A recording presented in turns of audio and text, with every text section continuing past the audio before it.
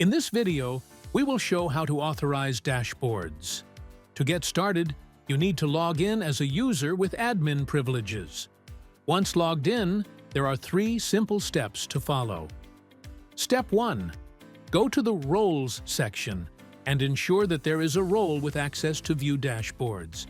In this case, I have already created a group called formsflow-analytics products, which has dashboard access. Step 2. Add users to the role. To do this, go to the Users section. Find the user you want to assign and add them to the formsflow-analytics products role. Once the user is added, they will inherit the necessary permissions. Step 3. Ensure that the specific dashboard has authorization for the role. Go to the dashboard settings and find the dashboard that needs access. Here, it is the Product Summary dashboard. Right now, this dashboard does not have any roles assigned to it. I'll add the necessary permissions. Note that the system only displays roles that have the required permissions to view dashboards.